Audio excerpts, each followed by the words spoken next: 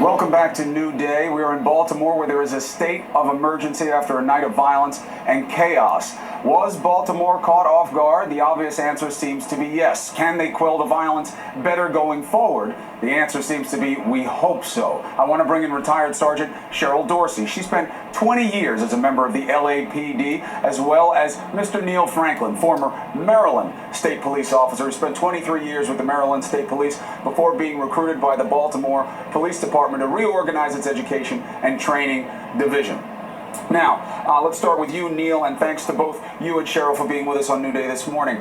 There are some videos going around the internet that seem to show officers throwing rocks and objects back at police officers. You've heard about that. I heard you talking about it last night.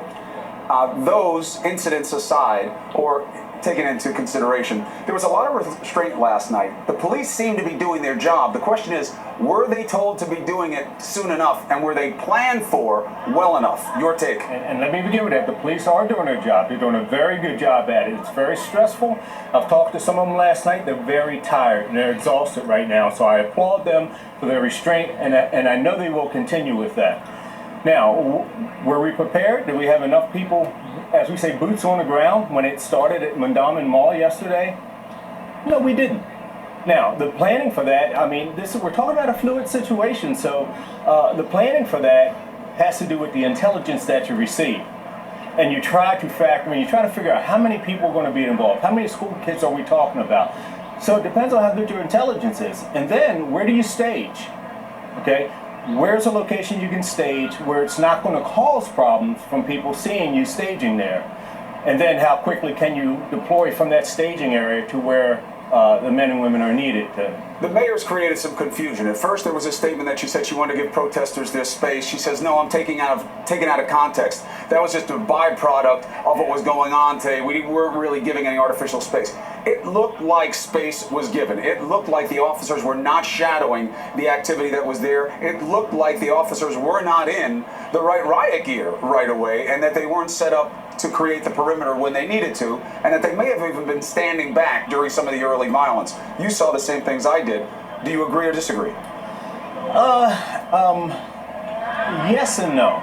Yes and no. I think, again, I think that they were prepared physically with their equipment. They had the shields, they were forming the lines. Again, they were overwhelmed by the numbers of students. And students moved, they move so quickly. You know, they're up one alley, they're down another alley, they're deploying somewhere else. The students can spread out. They can move into 2, 3, 4, 5 different groups. The police officers can't do it that easily. They have to stay unified. They have to remain together and move in a uniform fashion. So that's where the difficulty is. There were many students, especially when school let out, but as we saw throughout the night, it wasn't all students. That's to be sure. Not. Now, Cheryl, let me bring you into this conversation. You know LAPD. You know the history with riots there, what works, what doesn't. They now have school is out today, and they have a curfew in place from 10 to 5. How do those two things help and hurt a situation, having the kids not under control at school and, maybe out, who knows what's going on, and also a curfew and what that means to people in the communities? Well, I think it's helpful to have the students at home today, because if they leave campus, then we have a situation much like yesterday where we don't know exactly what their intentions are. And so I think to let cooler heads prevail, it makes more sense to not have school in session.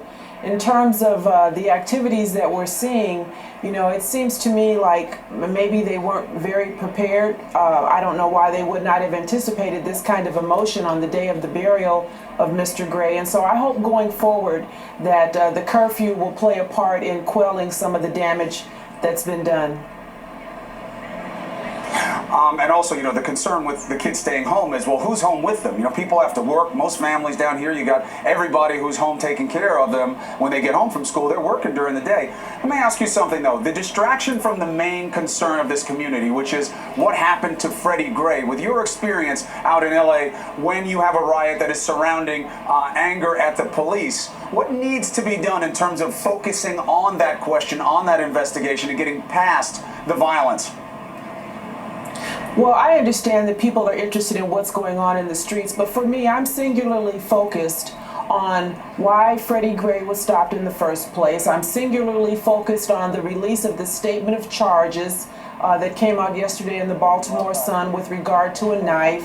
And it just seems to me like the department is trying to circle the wagons and justify in a couple of days the detention, the arrest, and the subsequent injury based on something that makes no sense to me. A black man out on the streets in a high crime area does not automatically make you suspicious. And that's what we need to talk about, and that's the answers that should be coming forth and without talking about this riot.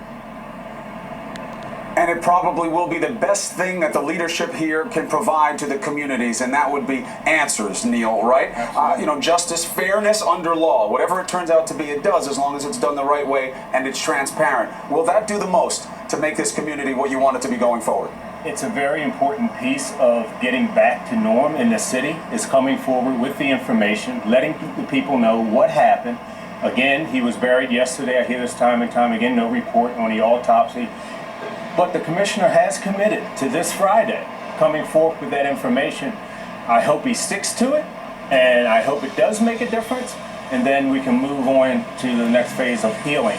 We have to start healing the city, but in that process, we can't ignore the systemic issues, the foundation of all of this. And I'm not just talking about Baltimore. I'm talking about New York. I'm talking about Chicago. I'm talking about Ferguson. I'm talking about clear across this country, of the tasks that we give police and the laws that they are charged with enforcing. Most of these arrests made in the city are low-level drug offenses, which is a health issue, not a criminal justice issue. And there's no question. I said, do you think it will do the most to get the answers?